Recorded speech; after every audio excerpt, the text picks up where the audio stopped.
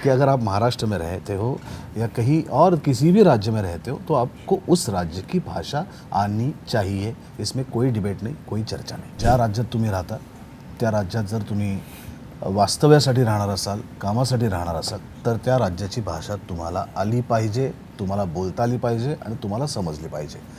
मग ती कुठल्याही राज्याची असो. आणि तशीच ती महाराष्ट्राची आहे. तुम्ही इथे राहणार असाल तर तुम्हाला मराठी आली पाहिजे. नसेल तर तुम्ही शिकायचा प्रयत्न केला पाहिजे.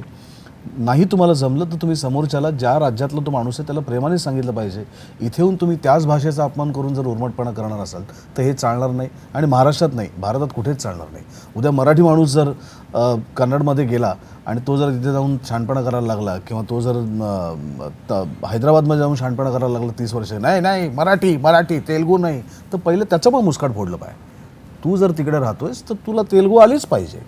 तर तू जर महाराष्ट्रात राहतोयस तर तुला मराठी आलीच पाहिजे. विषय चर्चा नाही.